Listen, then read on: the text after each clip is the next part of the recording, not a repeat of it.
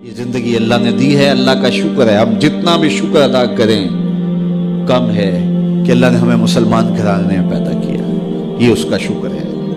اللہ نے ہمیں اچھائیوں کی طرف راغب کیا.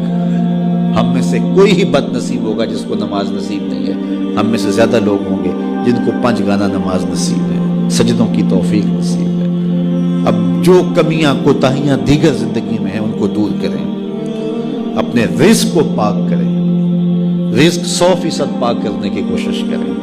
رزق اگر ناپاک ہے تو پھر باطن کبھی روشن نہیں ہو سکتا، باطن میں کبھی بھی اجالے نہیں ہو سکتے اگر رزق پاک نہیں. دعائیں قبول ہی نہیں ہو سکتی اگر رزق پاک نہیں ہے. رسول کریم صلی اللہ علیہ وآلہ وسلم نے ارشاد فرمایا، ایک شخص لمبا سفر کاٹ کے آتا ہے، کعبۃ اللہ کے سامنے کھڑا ہے اور یمد یدیہ، اور اپنے ہاتھ لمبے لمبے کر کے دعا مانگتا ہے اور کیا کہتا ہے؟ اے اللہ وَمَطْعَمُهُ حَرَامٌ وَمَشْرَبُهُ حَرَامٌ وَغُذِّيَ بِالْحَرَامِ. اس کا کھانا حرام، اس کا پینا حرام. وَمَلْبَسُهُ حَرَامٌ، اس کا لباس حرام، اور اس کو غذا بھی حرام کی دی گئی. جو بدن پلا ہے وہ حرام کی غذاؤں سے پلا ہے. رسول کریم فرماتے ہیں بتاؤ اس کی دعا کیسے قبول؟ قبولیت کے لیے شرط ہے کہ رزق پاک، رزق کی پاکیزگی کا خیال رکھیں.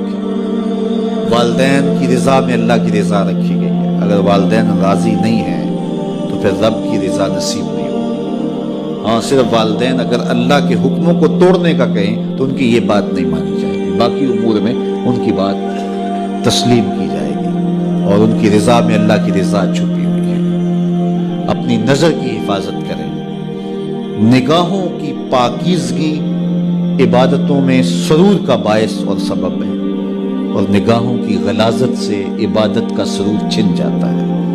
دور موجود کے فتنوں میں سے یہ سوشل میڈیا بہت بڑا فتنہ بن کے ہمارے سامنے آیا ہے. بالخصوص نوجوانوں کی زندگی کی ساری لطافتیں چھین لی ہیں، اور جس کے نتیجے کے اندر وہ حقیقی لذت جو عبادات کی، ذکر و فکر کی نصیب ہونی چاہیے تھی، اس سے موجودہ نسل جو ہے وہ بالکل دور ہوگی. انہیں پتہ ہی نہیں ہے کہ سجدوں کا سرور کیا ہوتا ہے، سحری کے جاگنے کا لطف کیا ہے، اللہ اکبر، رب کے حضور آنسو بہانے کا سرور کیا ہے.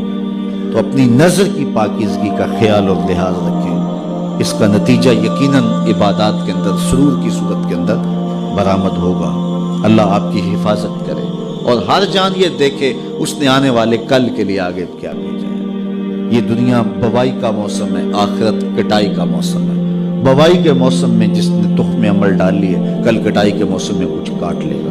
اور جو کسان بوائی کے موسم میں مٹی سے مٹی نہیں ہوتا بلکہ کلف لگے لباس پہن کے گھومتا پھرتا ہے، نہ کبھی کھیتی میں گیا، نہ کبھی بیج ڈالا، نہ کبھی پانی دیا، نہ کبھی جڑی بوٹیاں تلف کی، تو کٹائی کے موسم میں وہ کچھ نہیں اٹھائے گا. یہ دنیا کھیل کود نہیں ہے. یہاں ہم کھیلنے کودنے کے لیے نہیں آئے ہیں، ہم یہاں کچھ کام کرنے کے لیے آئے ہیں. بہت تھوڑا وقت ہمیں ملا ہے. 60 سال 50 سال 70 سال کیا وقت ہوتا ہے؟ وہ میرا ایک دوست نکال رہا تھا کہ 60 سال اگر زندگی ہے 50 سال تو اس میں 8 گھنٹے روز سونا ہو تو اگر 45 سال زندگی ہے تو 15 سال تو یہ نکل گئے، باقی 30 سال بچے. تو اس طرح 8-10 سال بچپن کے جو مدہوشی کے تقریباً ہیں وہ بھی گزر گئے. پھر روز 2-3 مرتبہ واش روم میں جانا پڑتا ہے، تو 13 سال اس نے نکالے تھے. کہ بڑے سال تمہارے پاس ہیں تو 13 سال ہیں. یہ ہے کل ٹوٹل زندگی. اب اس زندگی کو کہاں لگاتے ہو؟ اب اس زندگی کو کھا گیا سوشل میڈیا. یہ 13 سالہ جو زندگی بچی تھی، نمازوں کے اوقات بھی یہ کھا گیا، باقی اوقات بھی یہ کھا گیا، اور ہمارے پلے رہا کیا. پھر جب جائیں گے کیا خالی ہاتھ جائیں گے؟ آئیے اپنی زندگی کو، بالخصوص جوانوں کو میں کہتا ہوں، بڑے قیمتی لمحے ہیں جوانی کے.